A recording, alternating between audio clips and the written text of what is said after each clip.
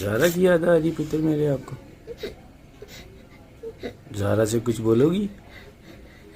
बोलो। ज़ारा वापस आना है।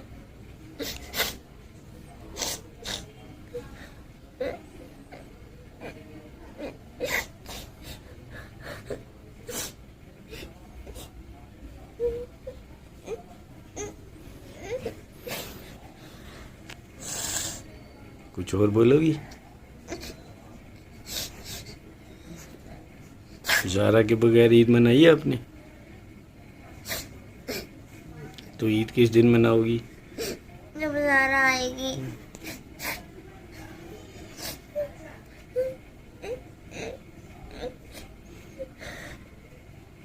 बढ़िया भी याद करती है ज़ारा को? क्या कहती है? ज़ारा को मैसेज देना है ज़ारा को।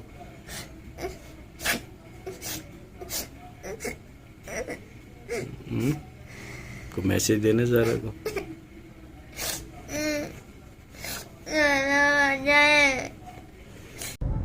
बिस्मिल्लाहिर्रहमानिर्रहीम। अस्सलाम वालेकुम जी, मैं हूं मारिया अली और आप देख रहे हैं मेरा यूट्यूब चैनल। ये वीडियो क्लिप आप लोगों ने देख लिया। यकीन करें बहुत तकलीफ़ हो रही है, बहुत ज़्यादा तकलीफ़ हो रही है।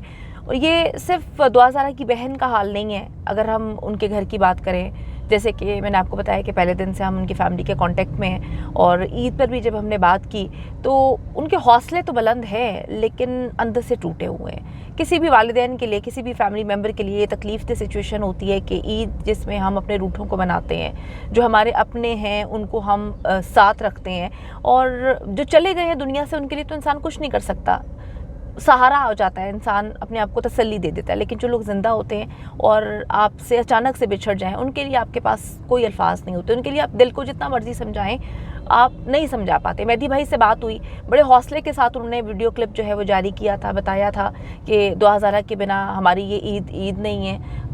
ना हमने कपड़े ख़रीदे, ना हमने सोचा कि हम ईद मनाएंगे। छोटी बच्चियां हैं, उनको भी समझाया जाता है कि जब दुआ ज़ारा वापस आ जाएगी तब ईद मनाई जाएगी। लेकिन यकीन करें कि उनकी फ़ैमिली की हालत इस वक्त ऐसी नहीं है कि इंसान कहे कि मामलात जो हैं उनके घर में ठीक हैं। वालिदा का रो रो के बुरा हाल है। दुआ ज़ारा की नानी जो है वो बहुत तकलीफ़ में है। वो बार बार ये बात बोलती हैं, अपनी बेटी को कहती हैं कि दुआ ज़ारा को बुला दो, दुआ ज़ारा को बुला दो। सोते हुए वो जो है तकलीफ़ से उठ जाती हैं। पूरी फैमिली का ये हाल है। किस किस के बारे में बताएं। आज इस बच्ची की वीडियो देखकर यकीन करें कि दिल बहुत ज़्यादा दुखी है। कोई मेरा प्लान नहीं था वीडियो बनाने का, लेकिन जैसा कि हमारी वीडियोस जो है दुआ ज़ारा को बड़ी दिखाई जाती हैं, तो मैं इस वीडियो के तवज्जुह से दुआ ज़ारा से अपील करती हूँ कि बेटा, वालिदैन हैं आपके, मुझे पता है कि आप मुश्किल में हो, मुझे पता है कि आप जो करना चाहती हो, आप जो कहना चाहती हो वो आप नहीं कह पा रही।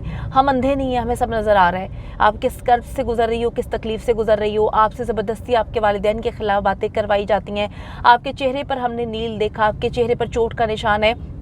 एक इंसान गलत हो सकता है, मारिया अली गलत हो सकती है, लेकिन पूरा पाकिस्तान जो इस वक्त आपको देख रहा है, आपको समझने की कोशिश कर रहा है, पूरा पाकिस्तान गलत नहीं हो सकता। आपकी वालिदैन इस वक्त बहुत ज़्यादा तकलीफ़ में हैं। आपकी माँ जो है कर्ब से गुजर रही है, आपकी नानी तकलीफ़ में, आपके मामू तकलीफ़ में हैं, आपके जितने फैमिली मेम्बर हैं वो तकलीफ़ में हैं। आपकी बहन जो है वो ये कहती है कि हमारी ईद तब होगी जब आप वापस आओगे। तो हिम्मत नहीं हारनी, यही बात हम वालिदैन को भी कहते हैं। ये भी एक वक्त है, गुजर जाएगा।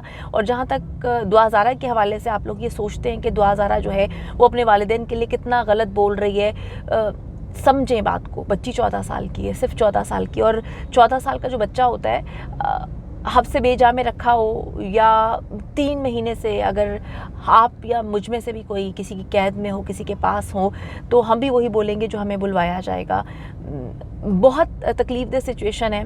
इनकी फ़ैमिली जो है जिस तरह से तड़प रही है, मैं ये बात सोचती हूँ कि अगर किसी की फ़ैमिली किसी को मारती पीटती होती, बात बात पे जो है मारा जाता है, जैसे कि दुआ ज़ारा से कहलवाया जा रहा है, तो आज वालिदैन इतने तड़प ना रहे होते।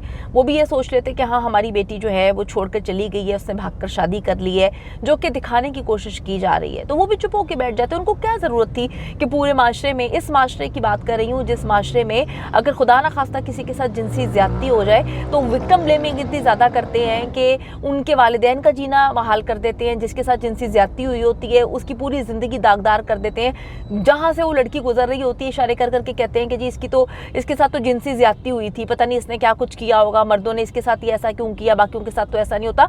हम इस माशरे का हिस्सा है। हम जितना मर्जी अपने आप को ये बात बोले कि नहीं नहीं हम लोग जो है ऐसा नहीं सोचते, ऐसा ही है। बहुत सारे लोग जो हैं वो डेफिनेटली ये बात करते हैं कि जी लड़की भाग गई, लेकिन बाप खड़ा हुआ है, फैमिली खड़ी हुई है, सिर्फ ये सोच के कि हमारी दुआ ज़ारा ऐसी नहीं है, हमारी बच्ची ने ऐसा नहीं किया होगा, हमारी बच्ची को वर्गलाया गया है, हमारी बच्ची को अगवा किया गया है। पाकिस्तान जिस मुल्क में हम रहते हैं उसका कानून यही कहता है कि अगर जो है बच्ची माइनर है तो उसको अगर वर्गला कर लेकर जाया जाता है तो अगवा के ज़िम्मे में ही आता है। तो डेफिनेटली हम आज भी अपनी बात पे स्टैंड करते हैं। पाकिस्तान के कानून के मुताबिक बच्ची को वर्गलाया गया, मतलब पाकिस्तान के कानून के मुताबिक बच्ची इस वक्त अगवा है।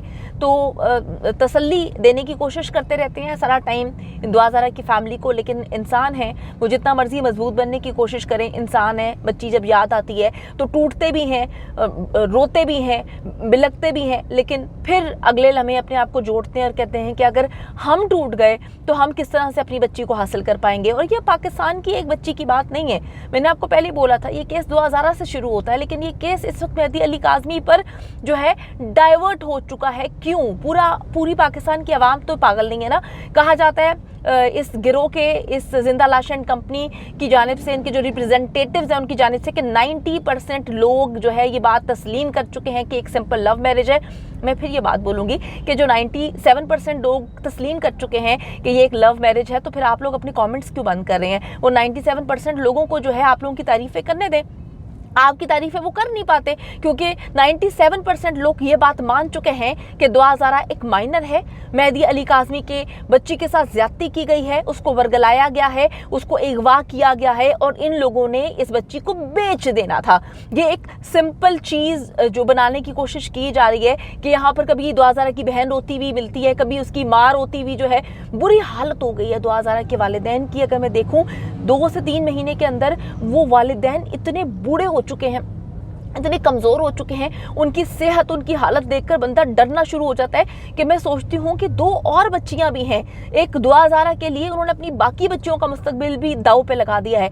तो दुआ ज़ारा, आपको ये सोचना चाहिए कि आपके वालिदैन आपसे कितनी मोहब्बत करते हैं। मुझे पता है आपका इसमें कोई कसूर नहीं है, आपकी जिस तरह से हालत है, जिस तरह से आपको मार पीट कर फैब्रिकेटेड इंटरव्यूज़ करवाए जाते हैं, जिस तरह से आपका बाजू मूव नहीं कर रहा था, जिस तरह से आपके चेहरे पे निशानात थे, जिस तरह से आप तकलीफ में थी, आप करा रही थी, हम इस चीज़ को समझते हैं। जिस तरह से कोशिश की जाती है कि दुआ ज़ारा जो है वो 9 बजे ही दुआ ज़ारा को नींद आ रही है, वो नींद में है, उसने मेडिसिन खाई हुई है, हम देख सकते हैं कि कितनी दवाइयाँ खाई हुई हैं। पाकिस्तान की आवाम बेवकूफ़ नहीं है, पाकिस्तान की आवाम को बेवकूफ़ बनाना बंद कर दें, क्योंकि ये जो 97% पाकिस्तान की आवाम है ना, ये जानती है कि हक और सच पे कौन खड़ा हुआ है। बच्ची को किस तरह से जो है दवाइयाँ, कौन से नशे दिए जा रहे हैं, सबको नज़र आ रहा है। बेवकूफ़ नहीं है पाकिस्तान की आवाम, तो बनाना बंद कर दें। और दुआ ज़ारा की फैमिली को मैं इस प्लेटफॉर्म के तवज्जुह से यही कहूँगी, ये टाइम भी गुजर जाएगा, ये वक्त भी गुजर जाएगा। जिस तरह से अच्छा वक्त गुजर गया, बुरा भी गुजर जाएगा। इंशाल्लाह ताला दोबारा अच्छा वक्त आएगा और दुआ ज़ारा आप लोगों के पास होगी और आपकी ईदें इंशाल्लाह ताला बहुत जल्द आने वाली हैं। हम उस दिन का इंतज़ार कर रहे हैं।